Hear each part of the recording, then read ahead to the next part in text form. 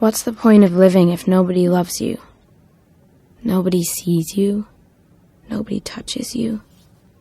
I wish I were older than I am. I'm so alone. It feels like there are little weights hanging from my heart that swing and tug every time I move. Every time the wind blows. I want someone to be so totally in love with me that they would feel like they would die if I were gone. Maybe Monroe could love me like that.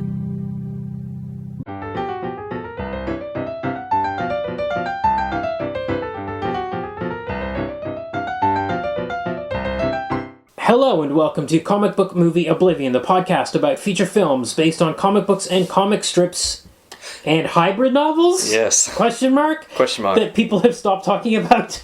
We are your hosts, Jordan and Kumar, that's me. And me. And this week we are talking about The Diary of a Teenage Girl from 2015. Based on the hybrid novel? Question mark? Well, yeah. Here we've... Neither comic book nor comic strip, I would say. We have done web comics before, but here we've strayed very far from the icons of our introduction. I've one in an article that appeared in Cosmopolitan, I saw it described as semi-autobiographical, semi-graphic, both in form and content, 2002 novel by cartoonist Phoebe Gloeckner. You said that it's been described as a hybrid novel. You saw that on Wikipedia. On Wikipedia, with no hyperlink, just as hybrid novel. And every other instance in the article, in the Wikipedia, just as graphic novel. Yes, I've seen it described. It's almost online. It's described frequently as a graphic novel. Yeah. I don't think it's a graphic novel. It's probably 90% prose. Yeah. There are about 30 pages of comic panels. Yeah. And there are illustrations interspersed throughout the text, akin to a 19th century illustrated novel, like something by Charles Dickens, for example, or The Lost World, or something like that. But I'm glad we didn't disqualify it, because it would have been, I think, splitting hairs. And I think if we come to the end of this podcast, at the end of 500 episodes, and we hadn't covered this one due to some technicality, I'm so pleased to hear you say that. Even Prince Valiant is like... Some people question its status as a comic strip. And that was an early one. Yeah. Even so, Kumar, I'm chipping away at your resolve week by week. I'm looking at Mars Attacks. I'm looking at those trading cards going, are we going to do this one? Okay, so this was a book by Phoebe Gloeckner that came out in 2002. Now, I knew Phoebe Gloeckner only from a interview in the Comics Journal. That was my first encounter with her. I read this 30-page interview. For some reason I ended up with that issue that she was the feature, like the cover interview, and I read that, and I never read any of her work. And she's really only got 2 books. She had a book that came out in 1998, which is a collection of all her previous underground comics and stuff, called A Child's Life and Other Stories. Okay. And that was it was all comics. It was all about, not all about, many of the strips were about this character named Minnie Getz, who is a 15-year-old girl who ends up in a sexual relationship with her mother's boyfriend, who is in his 30s. And he's those 34 in the Diary of a Teenage Girl. Yes. Yeah. And in those comics were extremely explicit and graphic. And in fact, the book was labeled pornography in some countries and pulled and various things like this. These were really explicit comics. Yeah. About this underage girl and this relationship with this guy, and then becoming a drug addict and getting into all sorts of really horrific trouble. Gloeckner was born in 1960. It's very tempting to pick out details of her life and say, this is autobiographical, but if you read any interviews with her, she's like, no, this is a fiction I made up, but some of these things happen. In fact, at the end of this book, we get pages of her diary and photos of her. Yeah, so we're talking about, yes. We're talking about this book now. Yeah. We're talking about the novel with its 30 pages of comics. Yeah. Yes. Look, it's definitely at least semi-autobiographical. and possibly more than semi-autobiographical. Yeah. Well, because we've got. I mean, at the end of the book, if there was any doubt, at the end of the book, she's got typed pages from her diary from the 70s. Yeah. The guy's name even starts with M. Yeah. Yeah, and apparently, redacted it. And apparently, her mother has tried to sue her several times. I didn't see that anywhere. Yeah, that's in the Comics Journal interview. Holy mackerel! Yeah. I hadn't heard anything about that. Yeah, but I did. I read in SF Gates, San Francisco newspaper. There was an article called "Inside Diary of a Teenage Girl: How It Came to Film." Gloeckner actually went to the urban school, the school that Minnie is expelled from. She was expelled from the school. In this article, she said that she remembers sitting in the principal's office in 1976 as a downcast 15-year-old, choking back the urge to divulge the whopping secret behind her lackluster high school record. Quote, that she was sexually involved with a man who was more than twice her age and worse yet, dating her mother. Wow. Here's what she said. I was bursting with the desire to tell him, but I was afraid he would think I was a slut or a terrible person, says Gloeckner, now 54, by phone. Where she from Michigan, where she teaches art at the University of Michigan. Yeah. But I couldn't. So he said, fine, you're expelled. I kept the story inside, burning a hole in my head for years until the book. Right. Well, it was kind of creeping out in these short comics, these undergrounds that she was doing through the 80s. She had actually... met Robert Crumb and Aline Kaminsky-Crumb through her mother, who was dating one of the members of R. Crumb's band. Yes. So she kind of made her way into comics, and then she was doing medical illustration in the 80s. Right. Yeah, so she was like... Quite a lot of it... that's come up a few times on the podcast, actually. Yeah. People doing medical illustrations. Yeah. So this book is about... Minnie, but it's done in, as we said, mostly prose form with... Diary entries. Diary entries, that's right. So, Dear Diary. Dear Diary. Today I had sex. Yes, but sometimes, but very varied. Like, you get the sense that she's kind of creative about it. Like, she sometimes will write, like, third-person entries. Yes. Or including including letters that she's received, or letters that she could have written but didn't. Pretend letters, pieces of poetry. It's very eclectic. Yeah. It's very representative, I suppose, of the fractured attention span of an adolescent. Yeah. I think that's what Gloeckner's going for with this multimedia approach. Yeah. Because it has poems, illustrations, comics, even photos, and, of course, the variable diary entries. I think the purpose of that, at least in part, I mean, the character of Minnie, like Gloeckner herself, is fascinated by comics, wants to be a comics artist, and draws comics, lots of comics, and reads lots of comics.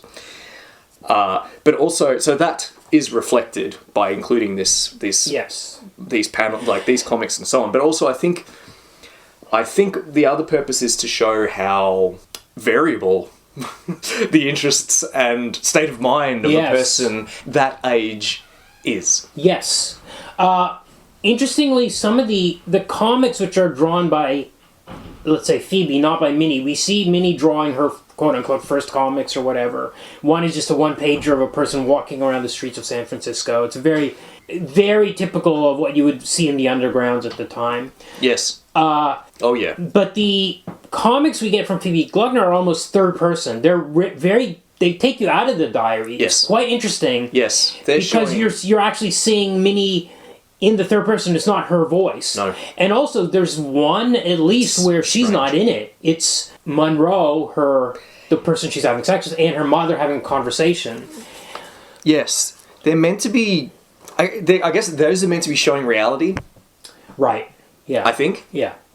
So Minnie, as you said, Minnie is not drawing those, unlike we do get Minnie's comics, which are in that underground style. But then we get comics that are drawn, these comics that are drawn by Gloeckner, which are in Gloeckner's modern style, not in the underground style. Right. That's right. In the same style as the illustrations that are interspersed throughout the text. Yeah. So they're like illustrations with caption, generally, like you would see in like a Arthur Conan Doyle novel or something like that. An illustrated novel. Yeah, as I said, I think they are showing, reality. Yeah. There's an interesting thing Unvarnished by Minnie's perspective. Yes. It's a strange choice. I don't really, aside from, what do you think it means? I'm not sure, but to me it really hit when you see Monroe, because in her diary, Minnie talks about how handsome he is, Yes. and his muscular arms and legs, and then we get these drawings of him, and he seems like this kind of pudgy 70s guy who's not really taking care of himself. He's not a very impressive physical specimen. No. Despite being sort of peripherally involved in athletics. Yeah, he ends up trying to set up this vitamin business. A mail order vitamin seems like a pyramid scheme of some sort. And then at the very end of the book, we see he's jogging along the beach. She encounters him. He's jogging along the boardwalk or something, and she sees him. And he seems like he's maybe in better shape. This is after the relationship has ended. No one comes off looking very good in this book, actually. No, but there's a lot of gray. It's full of gray. So at the opening, so she's 15 years old. She's just moved to San Francisco pretty recently. Yes, from Pennsylvania, is it? Or Philadelphia? Yeah, I think so. Maybe Philadelphia. And she, from the opening of the book, she's already having sex with her mother's boyfriend, Monroe. Yeah. We never get that first encounter in the book. We don't know how it happened. Right. I don't think she ever describes, one night we were hanging out alone and then this happened and one thing led to another. We get the bar scene, which we also get in the film. Right. Where he takes her out. Her mother doesn't want to go out. Right. So Monroe takes her out. This is fine, apparently, in the permissive culture of specifically San Francisco in the 1970s. This is an interesting... Yeah. Where this is also... this is a time capsule of San Francisco in the... Yeah. I mean, Gloeckner has stated that this is partly talking about how... Or reviewers have stated that this is a time when adults were acting like children. Yes, right. right. There's a culture of youth obsession. Yes. And indeed, the adults are very immature. Yes, and Not just Monroe, but also... Her friend Kimmy, who ends up basically prostituting herself with this family that she's babysitting for, has sex with a husband for money. Minnie accuses her. She says, she lost her virginity when she was 13, and she says that's life in San Francisco, or something like that. Right. So it's tempting, if we read the whole thing as fiction, which is, I think, the only way we can approach it, is to, kind of look at the environment of San Francisco as part of what's going to cause her to spiral, is just the permissiveness of what's going on in San Francisco in 76, even 6-7 years after the Summer of Love. It's still wild compared to other parts of the country, maybe.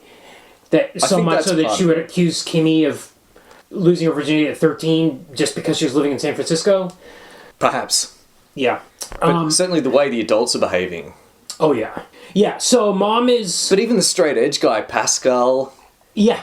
Okay, yeah. So in perhaps the only kind of dramatic bombshell of the I mean, this is a pretty kind of tempestuous, fractured narrative. Yeah. It doesn't really, because it's diaries, it doesn't really have a traditional kind of structure. There's a vague kind of lowest ebb towards the end. I think she does reach rock bottom, and then that's kind of near the end of the book, and then there's a turnaround. Yes. Yeah. And it does finish on a vaguely upbeat kind of note. Agreed. So Pascal was her stepfather. Yes. So her birth father went off somewhere, we don't know. Then Mom married this guy named Pascal, who's an academic, kind of pseudo-intellectual. Well, he seems like he's in publishing. He moves into publishing. In the end, he gets a job in publishing. Maybe he was in publishing before, but he does consider himself an intellectual. He has Freudian takes on things. Yeah. In fact, he speaks to...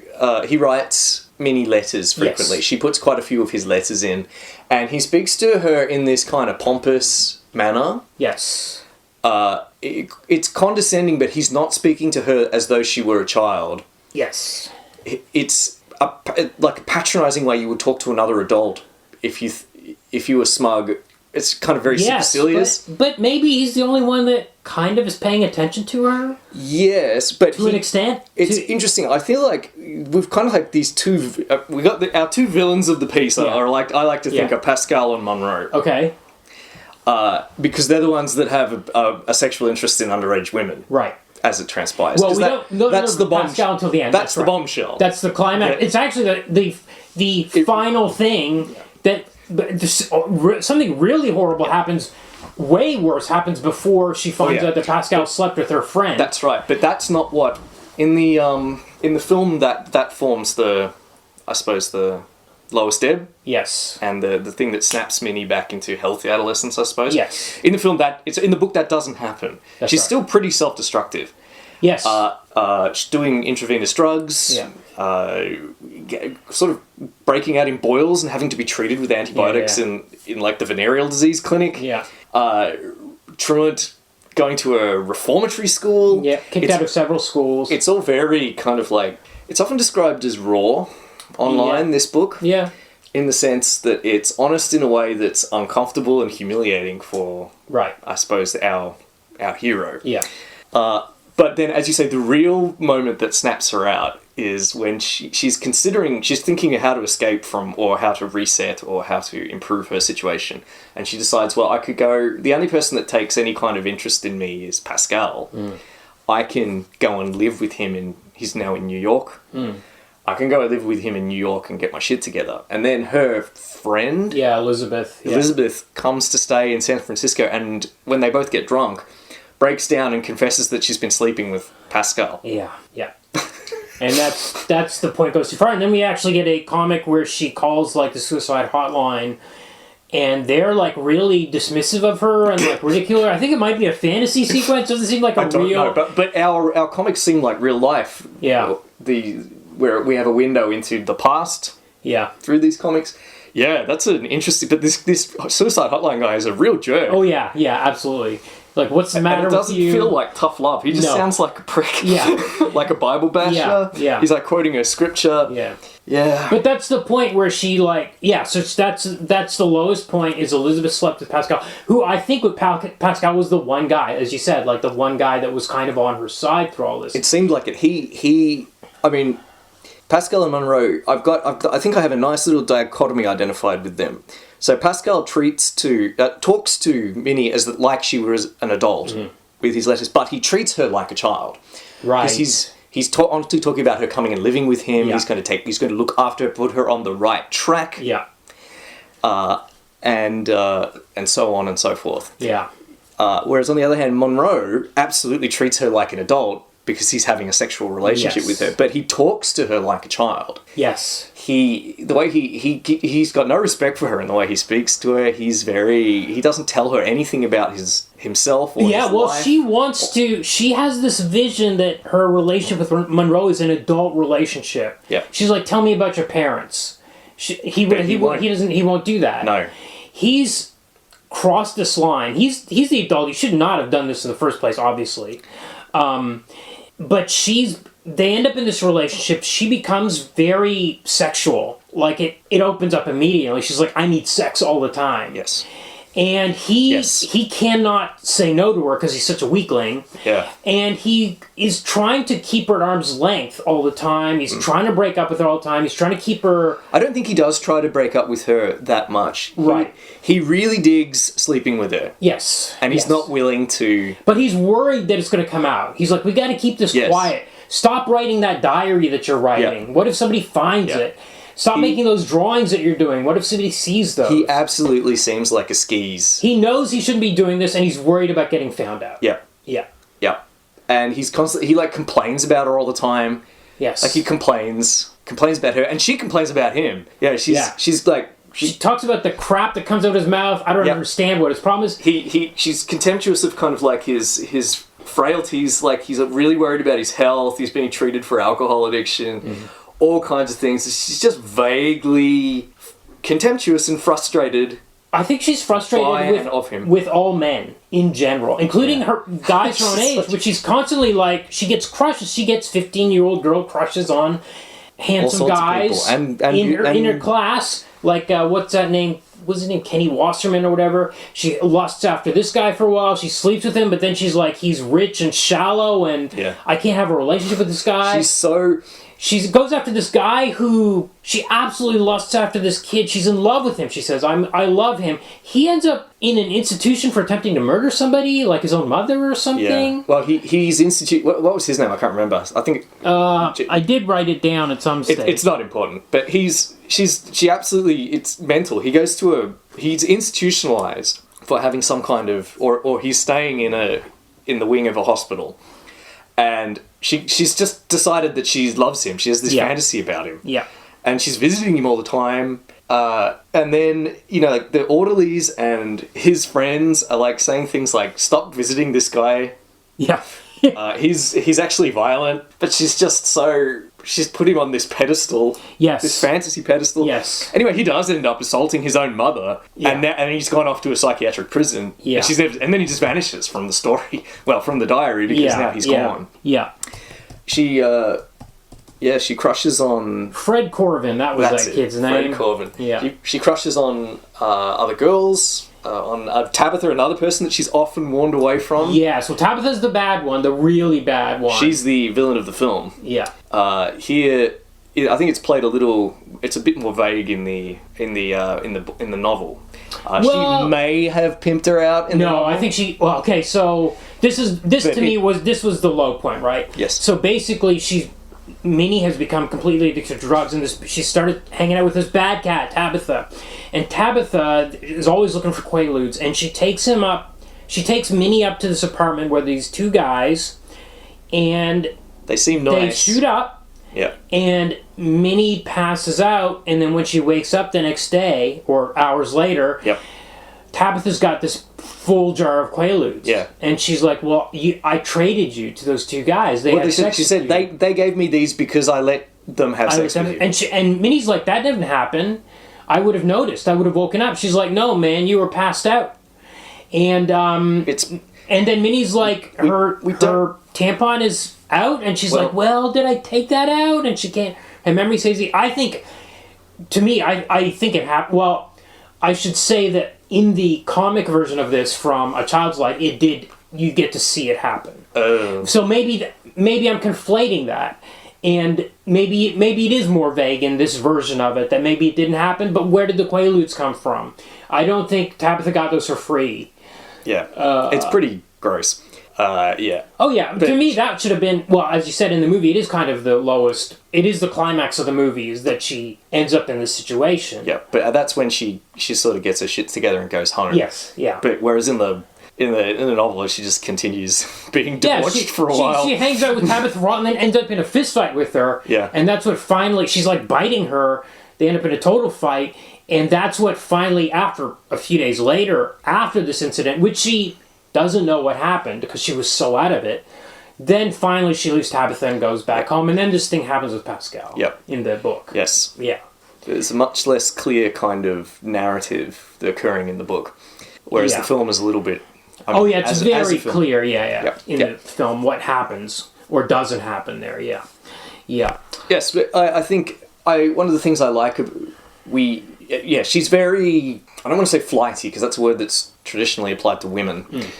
But she's her attention, she's all over the place. And it's reflected in the way the diary is written too. Yeah. She'll say, she'll be saying something deeply serious, but then she'll write a line that says, I love Coca-Cola. Yes. Very much so. A lot of the entries are like that. It's very kind of scatterbrained like that. Yeah. And she fixates on things, and then she's on to the next thing all the time. Yes. And she loves to have sex. There's a hilarious bit where she's keeps pining to win these Frampton tickets in a radio contest. She wants to win these Peter Frampton concert tickets. Yeah. And then she finally wins them, and she's like, yeah, I won the tickets. I'm not interested in Peter Frampton. This is the part where this is kind of a pretty good story about a teenager. Yes. Yeah. And that's one of the...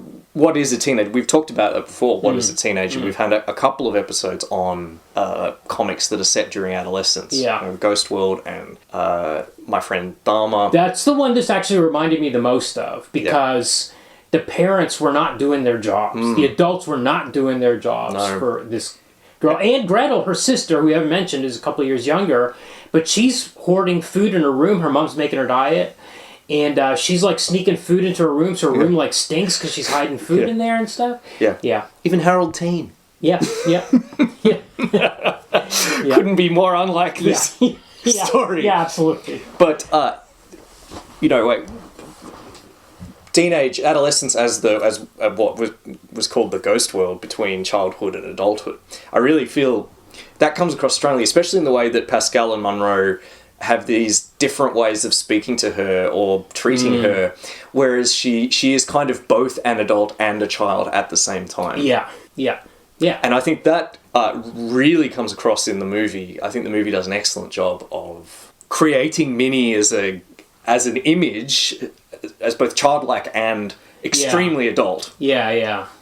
She seems to, at times in her diary, in the book, she seems to have her head on straighter than these people. We haven't mentioned, I mean, the mom is like a heavy drinker as well, doing cocaine all the time, sometimes just to clean the house. She's got some friend who's a lawyer that brings over... Michael Cocaine. Michael Cocaine is bringing over cocaine all the time. Minnie's doing, in the movie, we see Minnie doing the cocaine that Michael Cocaine is bringing over. Yeah. There's a scene in a comic format scene in the book where she confronts Michael Cocaine and says, did your own kids call you Michael Cocaine? And he's like, no, I don't smoke or do any of this stuff in front of my kids. They're too young. Yeah. And they're like, well, your daughter is the same age as Gretel, and you're doing this stuff in front of Gretel.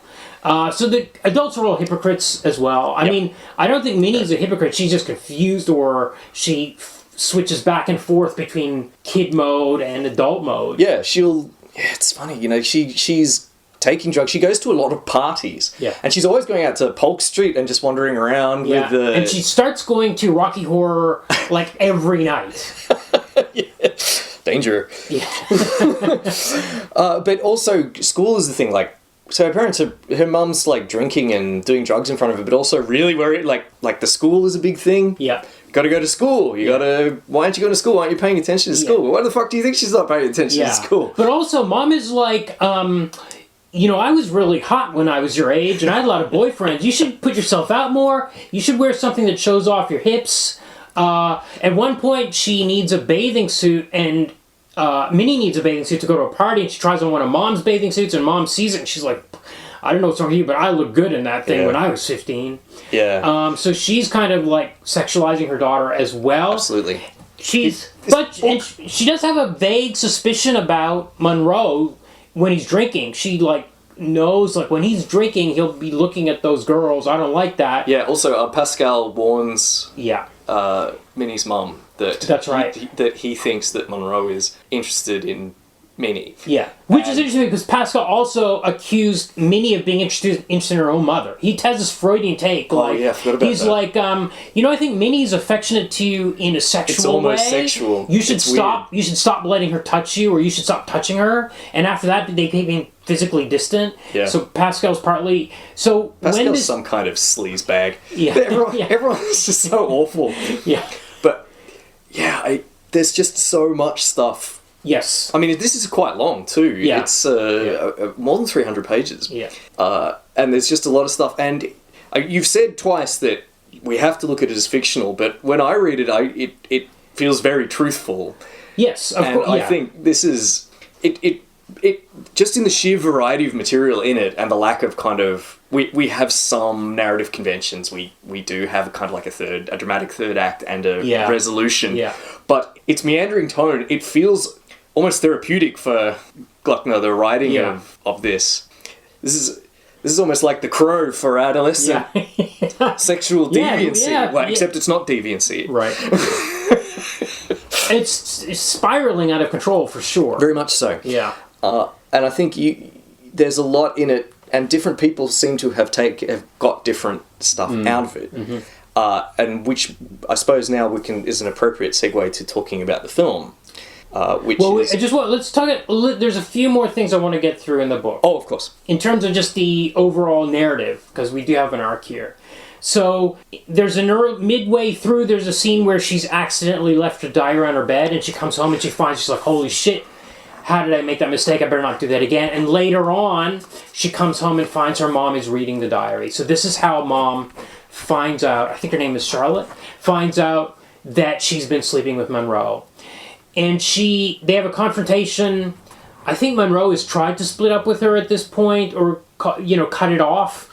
But the three of them meet in this bar, and Mom says, all right, you're going to marry Monroe. That's the solution to this. Yeah.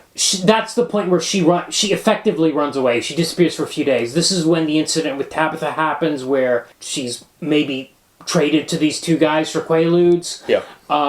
And then she comes home after the fight with Tabitha. And then after the suicide hotline section, basically she cold turkeys. And that's how she cleans up, which seems... It picks it up about a month later. Yeah. But she says she's going to cold turkey, but then she's like, her friend, I think his name is Chuck or something. He's got Chuck. The skateboard. Chuck, the only decent guy in the whole... Yeah, they're like, oh, we've got one little bit of hash or something left. Let's do that, and then we'll be done for good after that. So we don't know that she really completely cleans up after that, but it seems that like would be she's a just bit insincere. It just seems like we need a resolution to this. Yes. To this train wreck of a year or two that we've been in Minnie's life, and she's come out of it, I guess, a stronger person. Yeah. I just want to read a bit from the Comics Journal interview about the reaction of the mother. So Gary Groth was the interviewer, as usual, and he said, I must say one of the most bizarre parts of the book was Minnie's mother's reaction to the revelation that her boyfriend was sleeping with her daughter, which was her insistence to have Monroe marry her. That was just so weird. I couldn't quite figure out what she must have been thinking. I would think that a normal reaction would have been anything but that. I mean, throw him out of your life, marry him yourself, whatever, but how do you explain that? Gloeckner says, it's hard to explain, but I think, Groth says, let's say that what really happened is irrelevant, but how do you explain that in fictional terms? Gloeckner says, well, for that particular mother, she responded less out of concern for her daughter. She responded more to a narcissistic wound that had been dealt her. Her womanhood is wounded. Suddenly it's clear that this child is a rival, and by saying you marry him, she's transferring any responsibility she would have as a parent to the child. If indeed the child married Monroe, then the mother's totally out of the loop and nothing can be pinned on her. Yeah. It's the perfect solution for that particular type of person who isn't really capable of being a nurturing mother. This kind of narcissistic personality that hasn't developed emotionally in a certain way. Fair enough. That explanation is also given in the text. Yeah. When Minnie meets with her psychologist or psychiatrist, who tells her, sort of like Vox Dei, your mother did that so she could absolve herself of responsibility and make you Monroe's responsibility. Right. Okay, so I think we can move to the movie. Yes. There's a lot of characters and stuff that... It's interesting, she has really... It's supposedly diary, but she has structured it as a narrative because you're introduced to characters, whereas in a real diary, you just have people appear with no explanation of who they were. But here you get it's been carefully handled and massaged in a way that you can read it beginning to end, you know who people are and stuff like that. Okay, so the movie comes out in 2015. Apparently she was trying to make the movie herself for a while. She wanted to direct the movie. Gloeckner? Yeah. Okay. I think she's kind of a multimedia artist, and she'd done some short films maybe earlier. I didn't know that. Yeah. I must say, I didn't spend a lot of time reading about Gloeckner herself. I spent more time on Marielle Heller, the writer and director of this film. Yeah. So Marielle Heller, I only know the movie after this she did was called Can You Ever Forgive Me, with Melissa McCarthy, written by Nicole Holofcener, which is apparently really great. I haven't seen it. And it's starring this girl named Bel Powley. Yes. Who I don't know, but she's 23 at the time of filming this, but she seems like a 15-year-old. They've done a pretty good... Well, she seems like a 15-year-old except when she's got her clothes off. Which is frequently. Yeah. They've done... She's a beautiful woman. Yeah. But they've done a great job of making her quote-unquote plain. Yes. By giving her an unflattering, yet period-appropriate hairstyle. Yes. and not putting makeup on her, and I guess some unflattering lighting. Yeah. But there are some... Okay, so there are some pretty explicit sex scenes and nude scenes in this movie. Yeah, but did you notice that during the sex scenes, you never see her nipples? when she's like looking at herself in a mirror or something like that, but she's almost always, they've almost kind of, there might have been some regulations about how they handled this. Like, I know what you're saying because it feels like you're seeing an explicit sex scene, but actually, like, the nudity's kind of covered up when it's intercourse. Right. Okay. Sorry, were you going somewhere with this? Opening line of the movie is, I had sex today, holy shit. And then she's walking through a park in San Francisco, and there are people sitting there, like, naked in the park.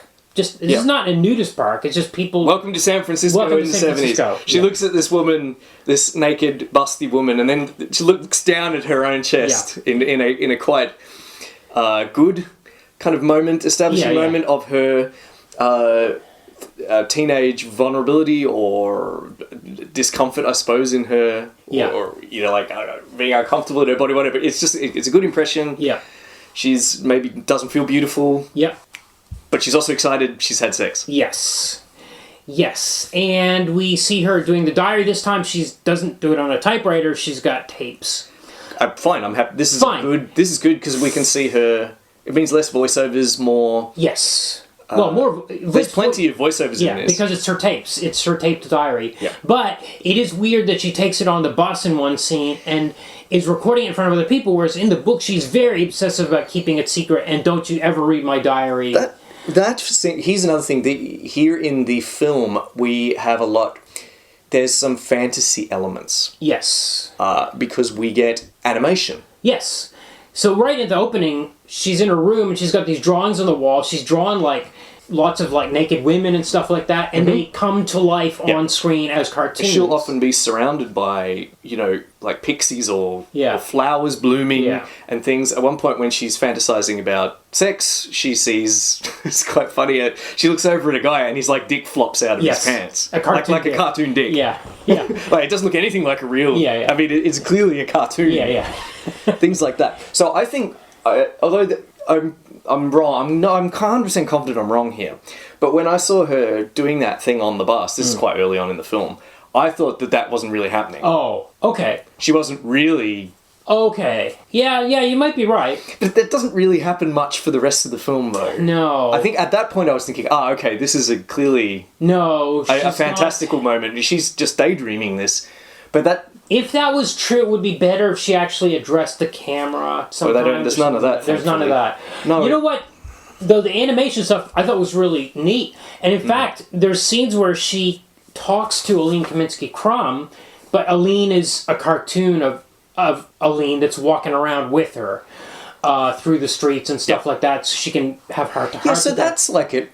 So that's why I thought maybe that scene on the bus, and she even says something funny. She says, I think people are noticing. Right. Because she thinks she's different since she's had sex. Right. And of course, and we're seeing people doing double takes at her. Yeah. Because she's talking loudly into a microphone. But don't you think the animation stuff, like there's also a scene in the bath where suddenly the bathroom turns into this jungle. Yes. All beautiful stuff, but there's a scene... it's not a cartoon jungle, is it? No, it's just like a real jungle. They've put real plants and stuff That's in there. Oh, great. I love the creativity of all this stuff. Yes. But there's a scene later in the movie where they're doing acid and she sees like feathers growing out of her hands when she flies, and I'm like, that's kind of negated, diluted by having the other stuff be her normal life anyway. It's like, is it that weird for her to picture feathers coming out of her hand? That was you're right. That's, in an otherwise very tight production, that's a sort of, there's just one or two moments like that. It doesn't spoil it for me. Yeah.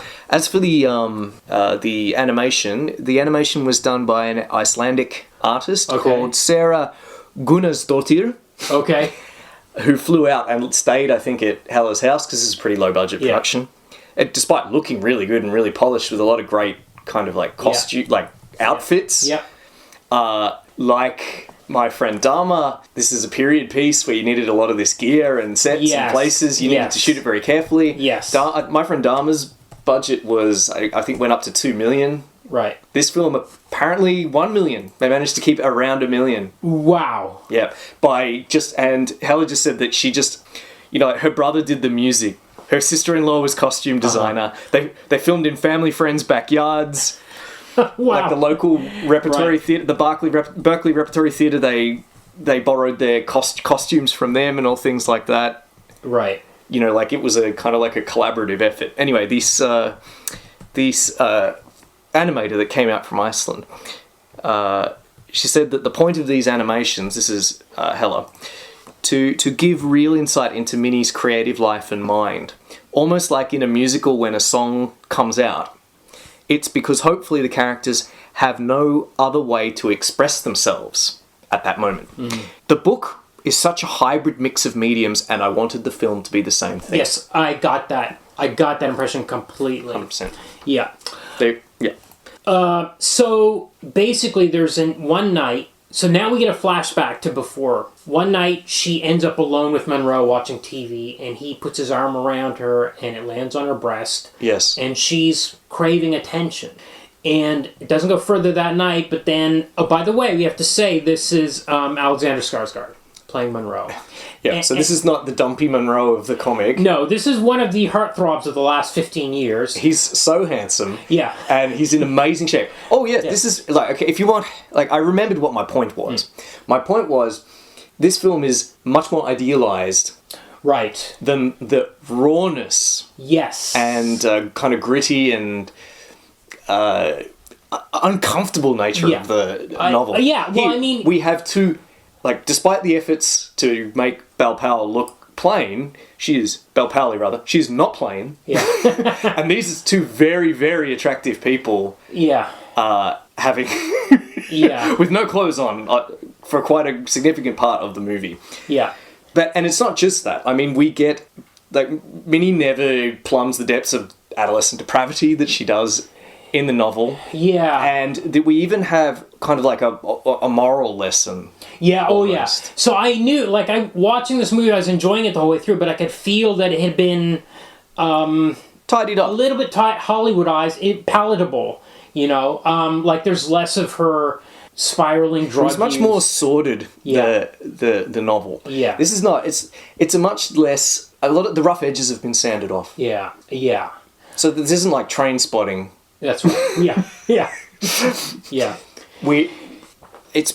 I think a part of it is Heller didn't want the film to be some kind of indictment on Minnie or Monroe. Right. Sure. I don't think the book is necessarily... I think obviously looking back at Monroe, it's very, as I said at the beginning, he's the adult. He should have just put a stop to this thing. I mean, she comes on to him in this bar, sort of, which is the scene coming up. He should have been like, stop, like, you're 15, which is very easy to see now. But if you look in interviews, you know, with Gloeckner, she's like, even that's gray. Like, his behavior is gray. Yeah, she said he was a very juvenile adult, and she was an adolescent, a sexual adolescent. Yeah. A person who had a strong interest in sex. Yes, but he kind of activated that, right? Like, if she'd been because she's a virgin. Yeah. And if she's like a cauldron of hormones. Yes, yes. I mean, this is, when I said that people get different things out of the book, I imagine. What Heller got out of the book, and I know because she said it over and over, is that she felt seen as a horny teenager. Right. As a woman that was interested in sex at that age. Okay, right. This felt true to her. You know, quote, she said, at the moment I closed the cover on it, I picked up the phone and called the publisher, not even knowing what I was going to say other than, I want to adapt this. Right. She was working as an actor at the time, and has said that she was frustrated with poorly written roles that she had where, you know, that they didn't feel fleshed out, they didn't feel like real women. Quote, as a horny teenager, so she actually said that, I always felt like something was wrong with me. Yeah. I was really empowered and comforted by Phoebe's book. Yeah. And by the depiction of a young girl who's exploring her sexuality without shame. She goes on to say she has no intention of it being a cautionary tale, an indictment of pedophilia. Right. Which I suppose is one way you could spin it. Or of rape. Yep. But at the same time, she said that she, quote, wasn't looking to exploit anybody or be gratuitous. That was the balance that she was looking to do. And she and Bel Powley have both stated over and over in interviews, I read many interviews, and they often say over and over, this is about telling stories about female adolescent sexuality, stories that are missing from the zeitgeist, from popular culture and from films and media. So there are endless tales and films about male adolescent sexual awakening. Yeah. Everything from American Pie to the film with the Andor actor, the Spanish one. Y tu mamá también. Yes. Okay. It's been done. Yeah. And like, but where are the commensurate stories about women and about the messy, complicated discovery of adolescent female sexuality? Heller felt that those stories didn't exist, so that when she made this film, that's the story that she wanted to tell. Right. That's why there's so much more. There's, I think, a comparatively reduced emphasis on some of the things like the schooling. She's very seldomly at school. The drug use. The drug use is a little more peripheral. Right. But a much more emphasis on her sexual relationship with Monroe. Yeah, right. Okay. And on her nature as a person that exists between the states of childhood and adulthood. Right. Okay, that makes sense. There has to be a focus pull, right? I think it's done really well. Yeah. And we'll keep talking about it. Yeah, let's keep going. So she goes out. She, I guess, kind of seduces him, or they seduce one another. She kind of seduces him, and he doesn't stop her. He should be stopping her. She like sucks his finger. At the bar, that kind of stuff. Yes, and it's pretty much word for word from the way it is in the novel. They exchange some kind of flirty, understated, awkward, flirty banter. Yeah. She says she wants to sleep with him. Yeah. He says, "I can't believe you said you want me to sleep with you." Mm-hmm. But he's like, he's probing. Yeah, and pretty soon he has her come to his house, and they sleep together. Yeah, and then we realize she was a virgin. Yeah, because she bleeds. Yes, but she like puts an X on him, like X marks a spot with her blood, and then later she makes this like little rhyme about their sex. So she's very kind of kiddie about it, right? Like she's like a little kid about this experience. It was like almost like I don't want to say like a game, but it was just a fun thing that happened for her. There's an interesting line in the book where Wasserman, I think it was Kenny Wasserman, who she had a big crush on. She goes over to his house or something, and his maids are coming on to him, and making jokes about putting lube on his penis. Oh yeah. And she's disgusted by this. She's like, he's 17 and they're 23. Oh yeah, I made a note of that. It's at the pool party. Yes. I made a note of that. Mini hypocrisy, I wrote. Yes. Yes. I think it's I don't think it's hypocrisy. It's like delusion or lack of self-awareness. Lack of self-awareness is what it is. It's not actually hypocrisy. Yeah. Because she's confused. Yeah. Half child, half adult. Yeah. Yeah. Another thing that's interesting in the movie, which is there's a bit of... They lean into the Patty Hearst story a little bit more. Yes. Patty Hearst is mentioned only like once in the comic, in the book. Here, it comes up a few times early on where they're like, well, how could you fall in love with the person that kidnapped you? Yes. She's mentioned consistently throughout the film, Patty Hearst. Yeah. So Patty Hearst, if you don't have time to Google it, Patty Hearst was a 19-year-old daughter of a kind of like acting dynasty, or wealthy family, who was kidnapped by kind of like a far-left what we would nowadays call terrorist group, and forced to participate in bank robberies and things, subjected to kind of torture, I guess you would call it, and sexual assault, and eventually charged and sent to prison for her involvement, but later released and pardoned eventually by Bill Clinton.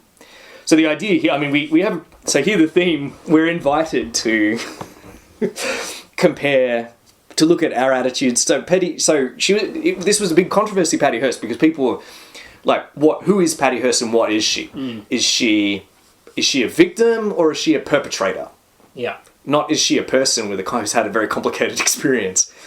Did Patty Hearst, was she just a victim of these people who was raped? Or was she into it? Yeah. She liked having sex with all of these paramilitary bastards, and she really liked robbing banks with them. Like Madonna whore. Dichotomy. Yeah. No, Patty Hearst is a person.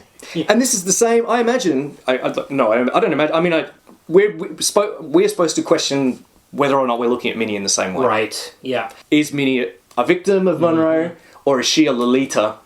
So with a predatory, like sexuality that Lolita has. Like, no, she's not either of those things. Yeah. She's a person. Mentioning Lolita is really interesting because that book, this is like the opposite of Lolita. Yeah. Because we're told at the opening of Lolita, don't trust this guy. The psychiatrist, we get a letter from the psychiatrist that says, this guy's a liar.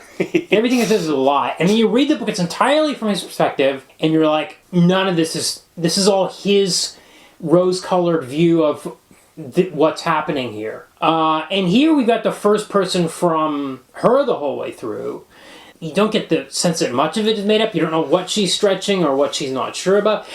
We're coming right up on this scene where she calls her friend Kimmy. Yeah. And this scene is in the book as well. Yeah. But it's... And she reveals that she's had sex with Monroe on the phone. There's an amazing line here where she says, Kimmy's grossed out that she slept with Monroe because he's so old. Yeah. And she also says, he sleeps with your mom. Yeah. and Minnie says, well, he has to, otherwise she'll suspect something. At this stage, they've only slept together once. Yes. So she's created this fantasy in her head that this relationship has been ongoing. He's been in love with her for a long time or something like that, and he has to sleep with her mom to keep it secret. This is great because she seems so childish. Yes. In this scene. She's got her hair in braids. She's on her phone, twirling the cord. Yeah. She's not actually twirling the cord, but she may as well be. Yeah. This is a deliberate stylistic choice by Heller to intersperse scenes of adult debauchery, because we've just seen them make love with all their clothes off, looking very much like very attractive adults. And then the very next scene, she's wearing she's got her hair up in braids, she's on the phone chatting with her bestie. Yeah, in the bathroom. Gretel's outside trying to listen in on the conversation. It could be a scene from, like 16 Candles or something like that. Yeah, or E.T. That's a better example. Yeah.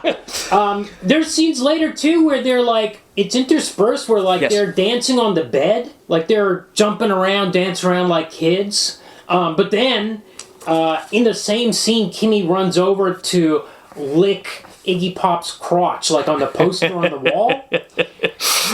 And then Minnie goes over and does it too. Okay, so now we get the scene on the bus. At school, she's still interested in boys at school. She's passing notes at school. So she's still got this kind of 15-year-old life as if this other thing, it's almost like a separate existence. So she's kind of having these crushes on these boys at school. Yep. But she sleeps with one of them in the pool shed. That's right. And this is another... Yeah, so it's fine. We've just seen her at school. Yeah. And she said she'll deliberately put these scenes next to one another. She sleeps with, is it Ricky or I can't... I couldn't keep the guys apart. It's just the one, really, in this one. She sleeps with him in the pool shed, and he's like, he's got no game. Yeah. He's just kind of like... Yeah. She has to direct him. She's like, she has to flip him over, whatever. Yeah, he doesn't really know what he's doing. Well, and he's actually discomforted by it because she takes charge. She rolls him over. She goes on top. That's right. She goes slowly, and she makes a lot of noise, and you can see he's It's like whoa. Yeah. So like this is a woman. Yeah. And he can't. Yeah, process. There's another scene later where she's having sex with one of these teen boys, maybe him, in the car, and this guy can't handle it because she's so into it. Yeah, that's it. And he's like very uncomfortable with. That's it. He's not at her level. Yeah, she's here. We're very experienced at this stage. Again, I think we're invited to make the comparison. This is how people see female sexuality, right? Especially teenage, adolescent sexuality. This is something frightening. Yeah, this absolutely. Minnie should have just been lying there. Yeah. Silent. Yes. The fact that she's taking control and she's passionate. Or as inexperienced as him, as clumsy as him, or something like that. Yes, of course, that's one way of reading it. Yeah. That's the kind of prosaic way, I think. Yeah. I completely agree. But also, I think we got this subtext. Yes. Which we know Heller passionately believes in because she said it in interviews. Yeah. She goes to a comic book store. This is where we get the scene with the cartoon penis. And also she sees the Aline Crumb as a kind of cartoon character. She starts drawing her own comics. Now we get a phone call from Pascal. Pascal is played by Sam Worthington, isn't it? No, it's It's very out of practice. That's all. And it's very much like the novel. Yes. Did we mention that Kristen Wiig plays the mom? No, we haven't. I don't think we did. Okay. We haven't mentioned the Kristen Wiig play. Okay. Christopher Meloni plays Pascal. He's his other comic book credit. I think he's in the TV series Happy. Yes, he is. We mentioned last week or a couple of weeks ago. Why were we talking about that? It's so long ago. I don't remember. Was Patton Oswalt the voice of the creature in that or something? For some reason, it came based up. on a Grant Morrison comic, isn't it? Yeah. He's also in Sin City 2. Oh, okay. All right. So we'll be getting back to him at some point. Cool. And we also did not ring the bell for Alexander Skarsgård, even though we did for Bill Skarsgård when we did Atomic Blonde, because his dad is Stellan Skarsgård. So we better get a big ring that bell for Alexander. Bell ring for Stellan, just for being related to the Baron Harkonnen. There we go. We're getting it back on track. The podcast is back on track. So first time we encounter Pascal is just by phone, which is interesting. Again, it's a good translation from the letters that are reproduced in the diary in the comic. Just make it a phone call. It works fine. Okay, there's this business about Monroe wanting to buy a boat, and he's also starting this vitamin supplement sale thing, which much like in the comic. Yeah. We get in the novel she works it is for him. He makes it work for him. That's right. He's just such a user. Yeah. Here it's sort of very peripheral. Yeah. We find a bit about Monroe talks about like his dream, which is to start a successful vitamin company, buy a boat, retire at 40. Yeah. But he's already 35. Yes. And this is a very childish dream to be having in your mid-30s, I think. This is what it feels like. Yeah. So this is Monroe as kind of like immature person. Yeah. But I think he's a lot more sympathetic in the film, not just because he's played by a very handsome man, but he's a lot more paternal. Yes. He seems a lot more concerned with Minnie's welfare and less... I mean, he's still worried... But he's still like, when they go to view a boat that he's considering buying, she's like, let's have sex in the boat. He's like, stop. Yeah. Like, let's not do it here in public. Yeah. Like, he's constantly... Yes. There's all these moments where, like, she's becoming this kind of wild child, or she's in a position where she can now manipulate him. And one scene after they have sex, she's like, she doesn't have clothes on. She's like, I'm gonna go run out in the hall naked. He's like, what are you doing? Are you crazy? Yeah. Oh yeah. And she's like, I'm gonna tell my mom about us. And he's like, he knows this is gonna explode his life if any of these things happen. He knows it's wrong. Yeah. Yeah. Oh yeah. Oh yeah. This is not the actions of a good guy. But I feel like he's more considerate in other ways. He's kinder, gentler. He does a lot of play fighting with her. Yes. A lot of kind of like wrestling and boxing. Yeah. Again, this is to emphasize that the childlike elements of Minnie. Yeah. Like again, to compare and contrast with her with being more adult-like when she's naked, when she's making love, when her mother's telling her that she needs to show off her body more. Yeah. Yeah.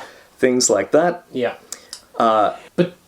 But he eventually does break up with her. Yes. Which is not something that Monroe in the novel ever does. Okay. Instead, he just, he kind of drifts out or something. Yeah. And at one point, when in the novel, when Charlotte finds out about Monroe and they have that confrontation before the bar solution, in a comic section of the book, Monroe drives her to school and she tells him, and then he parks.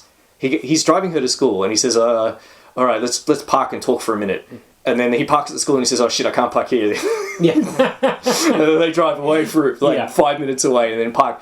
And all he can say is, don't worry, this is my problem. Yeah, right, yeah. This isn't your problem, this is my problem. I'm just reading this thinking, well, you are such a self-absorbed piece of shit. Mm-hmm. Yeah. Of course this is Vinny's problem. Yeah. And so, no, don't worry, this is my problem. Like, why are you even upset? Yeah. This is, and I just thought, oh my god.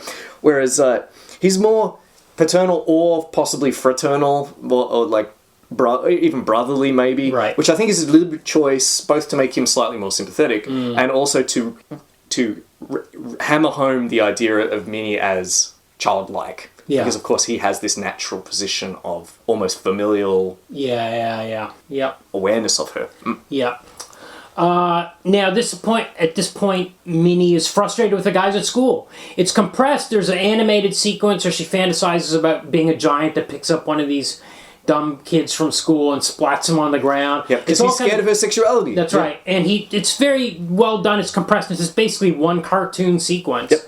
But this is also the stage where she starts going to the Rocky Horror Show, and she also pretends to be a prostitute with Kimmy one night and actually prostitutes herself. They do, don't they? They do with these, which is something that happened in the book and the Child's Life comic. I think it was much worse. Here they just give two guys a blowjob in the bathroom and hold hands while they do it. Yes. So here again, like this is obviously prostituting yourself is something adults do, but we're invited. They're holding hands. Yeah. It's not like they're just kids. As if they're on the merry-go-round or something. Yeah. And like it's just like a game. Yes. And at the time, like Minnie says, hookers have all the power. Is the thing she said, which they absolutely do not. No, that's right. It's a fantasy. Yeah. Yeah. And then afterwards, they lie on the bed together, Kimmy and Minnie, and they say, "I regret doing that. Yeah. Let's not do that again. Yeah. Let's not let one another do that again." Something novel Vinny would not have said. This film, I think we've got some of the rough edges. Did they say something? They pretty vaguely go in that direction, though, in the book. Probably. There's so much content. Yeah. But it felt a little like.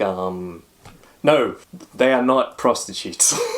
Right. They are not going down that road. This was just this was larks. I think is what's going on there, I think. Yeah. Okay, Mom loses her job, which happens in the book as well. So she starts getting money from Pascal. Minnie asks Pascal, she reveals to her that Mom has lost her job. They go to breakfast or something. Yeah. And he keeps asking them to call him Dad, and they keep not calling him Dad. It's kind of funny. Then Pascal takes them back to their apartment, and Monroe is there. And Pascal gives him a real hard stare. Yes. And this is when that sets up the confrontation where Charlotte confronts Monroe and says, Charlotte, is something going on with you and my daughter? Played by Kristen Wiig, by the way, if we hadn't mentioned that yet. Yeah.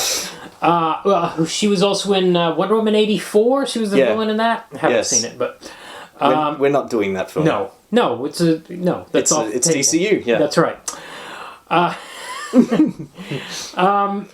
She was in a movie called Ghost Town, which I erroneously wrote down as Ghost World. And I thought, she's... we've had Kristen Wiig on... No, we have not had Kristen Wiig on the podcast, and probably never will again. Yeah. Okay, so there's the breakup, as you mentioned. She tries to come back to him, and they do acid together in that scene I mentioned. This, to me, is what I've got written down as what I think is the turning point. Okay. Because Monroe has a bad trip. Right. And... gets down, like she's having a great trip. She sees herself as a bird, she's floating and flying, she's having a wonderful time. Monroe's absolutely freaking out. Yeah. He's lying on the floor crying like a baby. Like he needs cuddles. Yeah, and he's like, get off the bed, it's level with the windows, they'll get you. Yeah. And she basically has to cradle his head in her lap, and we just sort of she sees him weak. She thinks he's totally lame. Yep. Yeah. He tells her he loves her. I love you. Yeah. And it's just like, this is everything. This is what I thought I wanted, but this sucks. Yeah. And then it's like... Yeah, as soon as he says I love you, which he's been seeking love the whole movie, and physical contact are the two things she wants. Now she's got it. She's got both, but he's just like he's lame. Yeah. All of his lame innerness, all his inner weaknesses come out, and it's on full display. Then afterwards he's got no clue. He's talking about how we can date when you turn 18. Yeah. That's in the book as well. Yeah, it's not that far away. Yeah. And it's like, dude, she's 15 years old. Yeah. 18 might as well be 100 years away. As far as she's concerned. Yeah. Yeah. And you see she's checked out now. She's checked out. But then we get the marriage thing. And again, because she's already checked out. Well, she goes home and Mom is listening to the diary. Yeah. On tape, which we didn't have foreshadowing of. No. But it didn't matter. Really. I think this might be a different order from the book. Right. No, I don't think it is. But I feel like the emphasis Minnie's already made her choice that she's done with Monroe. Yeah. And her mum finding the tape is obviously horrifying. Yeah. But it hasn't precipitated, I feel, a major crisis. And then she goes to the bar. Right. And she's just completely uninterested in what... Yeah. Like, this just seems like the silly posturing of two broken people. Yeah. And she just marches out and goes to parties and goes to seek out Tabitha, who's the villain. That's right. By the way, in the bar scene when Mom says you have to marry her, you two have to marry each other. And he's like, okay. Phoebe Gloeckner is in the background. Oh, I didn't know that. Yeah. How did you know that? At the very end of the scene. Well, I know what she looks like, and when one character walked out, she was there where the camera was pointing. Amazing. I'll show it to you later. Well spotted. Or I'll post it on the Reddit. Please do. Okay, so now she has no home, no school, no money, as she says, and she flees to Tabitha. And we get the scene where Tabitha takes her up to this guy's apartment, is going to trade her for Quaaludes, but she runs out before anything happens. So we get we get the animation. So Tabitha and I think the guy's called Mike. Okay. The Quaaludes guy. Yeah. In the novel, he was black. Yeah. Here he's white. Okay. For optics, I imagine, so that the black guy isn't. Well, there's two guys in the two book. guys. Yeah. Yeah. But Mike was Right. it was the same. Mike was a character in both. Yeah, so they kind of morph into sinister monsters. Yes. In the animation, and Minnie gets the hell out. Yeah. She's not raped. Yeah. She goes home, and we kind of have our happy ending. Right. Because we have the slap hug. Does this ever happen in real life? Her mum slaps her and then hugs her. Yeah. And, like, Minnie starts to apologise for... I'm sorry I slept with your boyfriend, mother. Yeah. And Kristen Wiig's just like, no. I can't talk about it. No. In other words, we're just going to put this behind us. Right. I can't talk about it. She actually, when she comes home, she vomits into the sink. So I guess that's a substitute for the cold turkey sequence in the book. Right. But the whole thing of her running from that place is, again, pretty... it makes it more palatable for a mainstream audience. 100%. She doesn't She doesn't end up with boil. She doesn't end up with an infection from injecting intravenous speed. No. Yeah. She's shooting up regularly. I mean, we get passages in the diary where she's talking about how much she loves injecting drugs. Yes. Yes. Yeah, that's not something you just... Yeah, I think she's got kind of an addictive personality. It's with the sex and the drugs and everything. Like, she just hooks into things. Here we don't...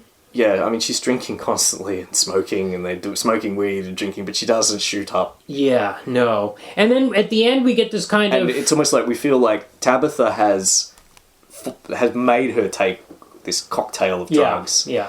And she's been in this state where she doesn't know where she is or how she's got there, and that's Tabitha's malign influence rather than Minnie just absolutely... snorting, smoking, drinking, shooting, everything she can get her hands on. Yeah. And now we get the letter from Elaine Kaminsky at this point, which in the novel is sort of like halfway through the book. Yeah. But here, again, this is She's met her hero, who is just a fantasy cartoon character up until this point. Yes, but now she gets an actual letter. Yeah. So, here we are. Bright future. Yeah. Happy ending. Yes, and in fact, she even gives... Don't we get a voiceover how she says...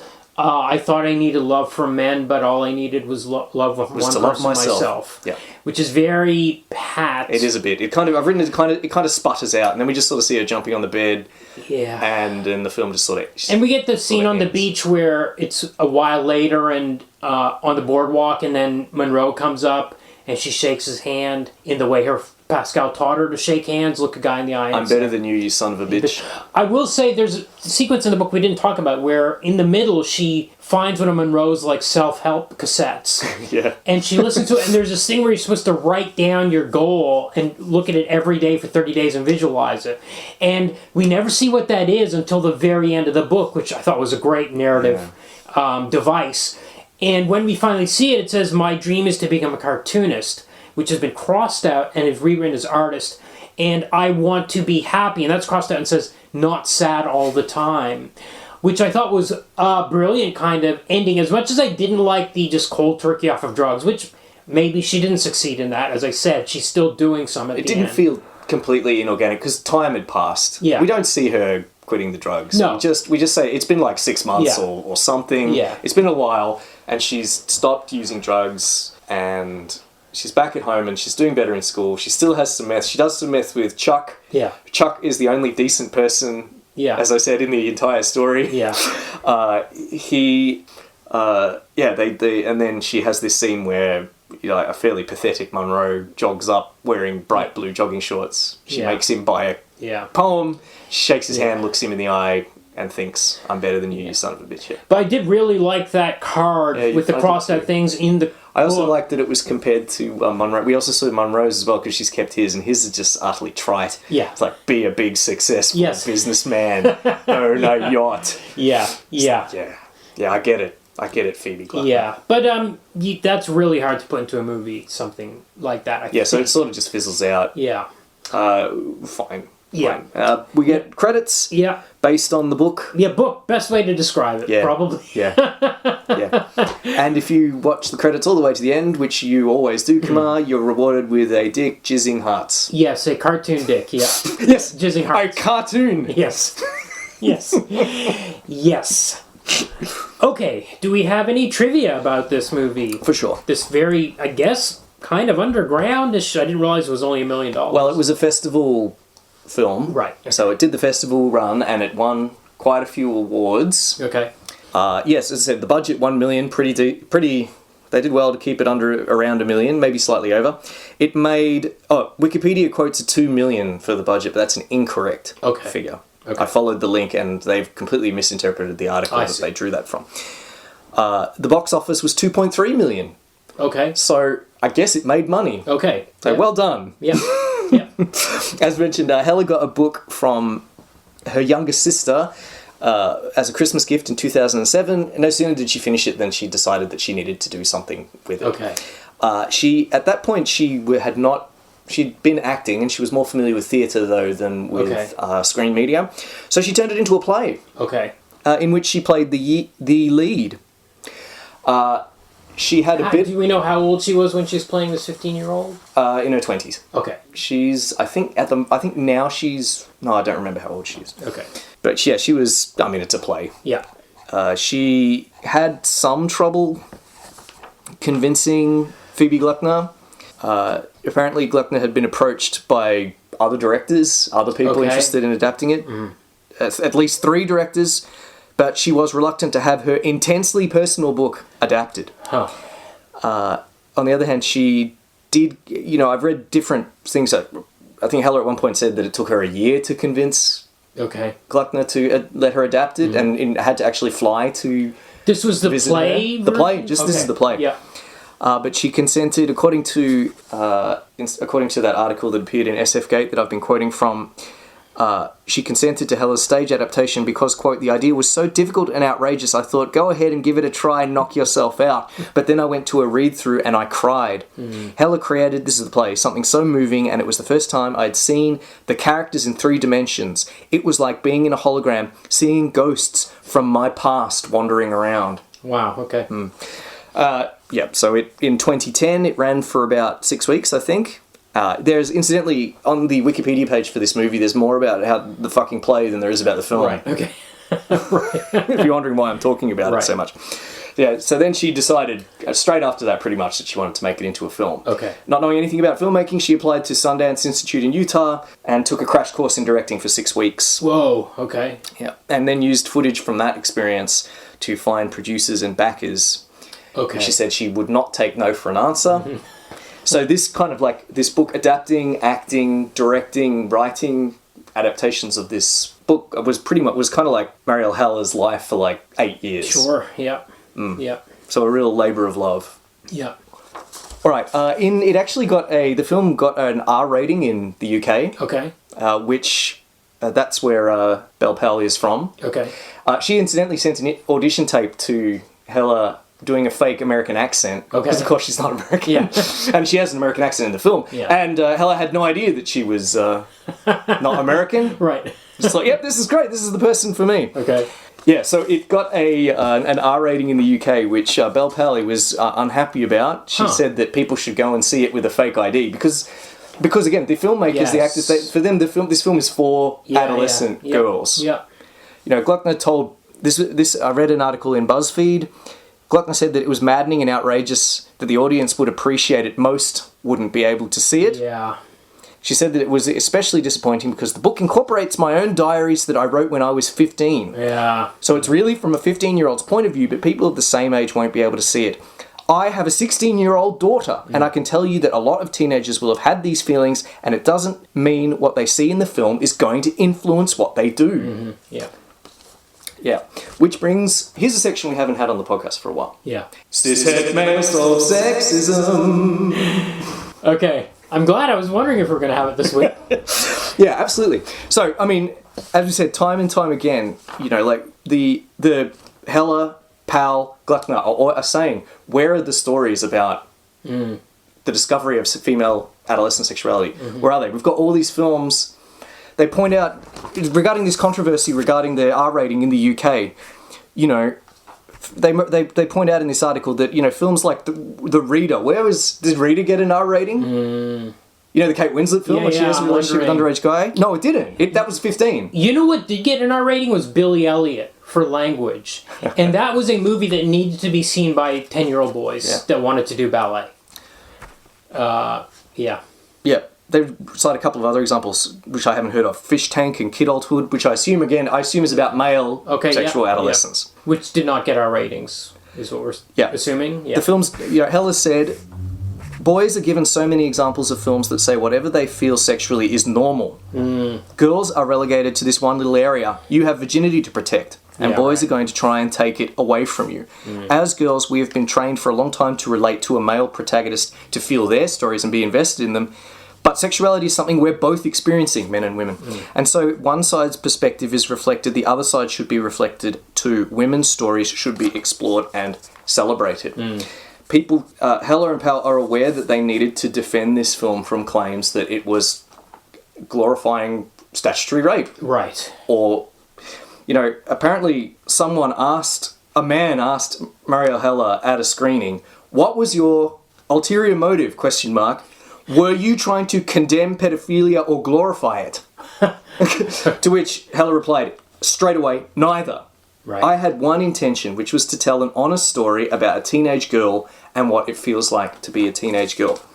So, look, I certainly, you know, I read those comments and I read the novel, and my knee-jerk reaction is, gee, is this the right way to talk about female sexuality? You know, an older man taking advantage of a younger woman. But I would never have made that knee-jerk reaction about a similar story about an older woman taking advantage. Yeah. I would know it intellectually. I would intellectually have a problem with it. But I would never have had that instant one that society has kind of like coded me to have. So I crossed out that note. Okay. Straight away. You know? And instead, you know, because recognising it as that being, again, this Freud, like what I said before, Minnie's not, we need to abandon the idea of the Madonna whore dichotomy. Minnie is not either of those things. She's a person having a person's life, and a person's life is complicated. Powell, as well, made statements, as I said, she made that statement about the R rating, and also about her nudity. She said, she's nude a lot in this movie. She says, I was nervous. Anyone would be scared about exposing themselves like that, but the reason I did the movie is because I think female sexuality isn't explored enough in film or in any medium or even in conversation. That was more important to me, so I got over it quickly. Okay, is it ratings time? Yes. Okay, how'd you feel about this book? I'm glad it exists. I often say this, don't I? I'm glad it exists, but it's not for me. It's for a different audience. It's a yay for me. Excellent. I don't know if I'll read it again, but it was certainly easier to digest than A Child's Life, which had the same story in much harsher presentation. And in fact, we've got 3 modes. It's going like easier until you get to the movie, and it's like the most digestible. That's true. That's true. But yeah, I do think this is a really good book. I like the way she has turned supposedly a diary into a narrative. It's actually a sneaky presentation. She's stuck in a few beats that make it interesting and not just feel like you're reading someone's diary 50 years later. But that part of it, look, I think it has great literary value. For me, it's a little bit too fractured. Sure. Uh, But I kind of like I like the illustrations and the comics and the comics by Minnie that are in there and all the other random stuff and the poems and all that kind of stuff. It's very loose. Yes. I have no problem with the content, with the what people call the rawness, the sordidness, explicit nature, the exploration of sickness and contempt and anger and fear and frustration. I think it's all. I must admit, I'm having trouble getting some of the choices, like the comics and the illustrations. Like for me, it wasn't always obvious what that stuff was in service of. Right. I guess I like things to be spelled out a bit more. But yeah, so even like it's but I mean, I would recommend this book to anyone. Sure. But to a very specific. Yes. But I don't have any daughters. Yeah. I only have sons. Yeah. But if I had a girl, I would absolutely have her read it. Yeah. Okay, how do you feel about the movie? I liked it. Good. Okay. Yeah, this is a yay for me. I think it's good. I think it's a good story. It's amazing how coherent. Yeah. I mean, it's hard to praise this film without moving into adaptation, but I think it's a great story. Yeah. It's interesting. It's a great little time capsule too. It's fun to look at. That's true too. Yeah. They've done an incredible job on $1 Million. Yeah. It's just as good as My Friend Dharma in capturing a time period. This one's not even shot mostly in the woods. Yeah. Yeah. They've just done a great job of getting... Oh yeah, putting up wallpaper and this apartment and stuff and the furniture and the clothing and all that kind of stuff. I really believed there's no... Yeah, I was really surprised when you said $1 million. It really feels like more than that. And the cast, like just that... Great cast. Skarsgård and Meloni and Wiig in it. Great performances. Yeah. Great cast. I like the storytelling choices. I like the animation. I like all that too. Yeah. Yeah. Okay, so adaptation. Okay, again, this is a big yay. Okay, a big yay. Yeah. I've written. I think I have said this before. But I've written adaptation as distillation. Huh. Okay. Yeah. I feel like Heller has. She's had to pick out threads. She's picked the threads that are important to her, yes, and that she thinks are important, should be seen. Yes. And done an amazing job of zeroing in on those aspects, which I think, as I've said, are specifically Minnie's sexual awakening and her status as a teenager, a person that exists in a grey area between adulthood and childhood. Those, but also without sacrificing anything either. I say that it feels like it's got the rough edges sanded off. Yeah. Sure, and it's a bit softer. Yeah. It's less gross. Yeah. Yes. But I don't think it's ersatz. I don't think it's saccharine or sanctified, or I don't think it's been stripped of any of its meaning or authenticity. Agreed. It's just been tightened. I did not watch this one with my wife, and I kind of wish I had, because I like the reaction of somebody. I wonder what somebody thinks about the drug scenes, like with her doing cocaine or Quaaludes or shooting in this movie, because maybe it's enough. Like, maybe it is full on. Like, in the book, it's really full on. And I felt like in the movie, this is kind of watered down, but maybe it's not. Maybe it's like those 3 or 4 scenes of montage where she's partying is kind of enough to convey how bad the situation has gotten. This is a yay for me too, despite the fact that I think it's been a little bit Hollywoodized. Yeah.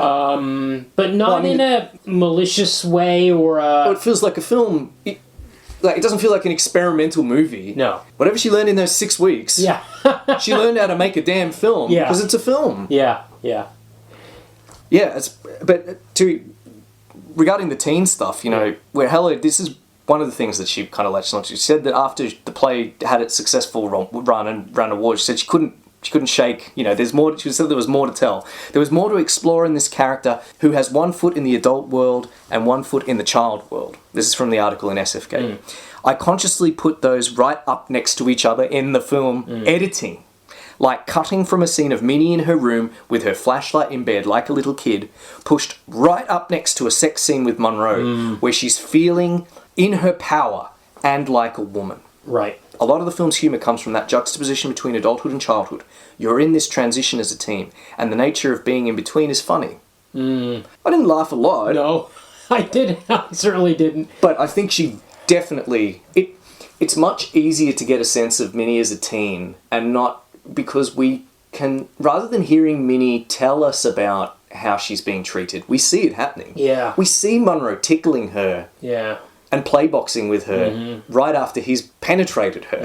Yeah. Yeah. We see him drop her as soon as her mum comes up the stairs. When they're wrestling. That's right, yeah. In a great scene. Physically, yeah. We see her yell at her, you're a fucking child. Yeah. At one moment. Yeah. It really does a great job of drilling down and covering those themes. Yeah. Yeah. Yeah. And having the Patty Hearst stuff in there is just kind of like... yeah, it's a smart choice. Lots of smart choices. Yeah. So, yay. Yeah. Okay, please like, rate, review, subscribe. You can contact us through the email address in the show notes, or send us a DM on Facebook, Instagram, Blue Sky, Threads, or leave a comment on YouTube or on Reddit. And please join our Patreon at patreon.com/comicbookmovieoblivion, all one word. By the way, I did notice, I think we've got 2 reviews on Apple Podcasts, but I think there's actually 3 ratings on there, and they're all 5 stars, I think. And then I noticed that Spotify also now has star ratings, and we're like, there's 8 or 9 star ratings on there, we're like 4.9. And also, a weird thing I noticed on Spotify is now they've got AI chapter breakups. Oh. So, like, if you go to, like, one of the newer episodes since May, it'll give you a list of, like, chapters and, like, times, but they're really weird, like, odd choices and strange chapter headings and stuff. You know, sometimes when we record on Zoom, I'll get an AI summary of what happened in the meeting. Yeah. Like, Kumar began the meeting by introducing the themes of the meeting, which were comics and movies. Yeah. Maybe the next time I get one of those, I'll post it on the Reddit for people's enjoyment. Yeah. So I looked at that. I saw that, noticed that on Spotify for some reason. It was very weird. Anyway, okay, next week we're going to do Blueberry, a.k.a. Renegade. Yeah. The movie. Yes. The movie is called Blueberry in Europe. It's called Renegade in the US, I believe. It's based on the Blueberry comics by Mobius, and I can't remember the name of the writer. We'll figure all that out next week. There were 5 volumes in English. So that was the Epic, Marvel Epic put out 5 volumes, which were 100 pages each, which means that each one had 2 albums. I think there were about 30 in Europe. There are scanlations of those out there if you really want to look. But we'll probably only read 1 or 2. My understanding is that the movie has very little to do with the comics. Okay. But it has a stacked cast as well. So I'm looking forward to it. Great.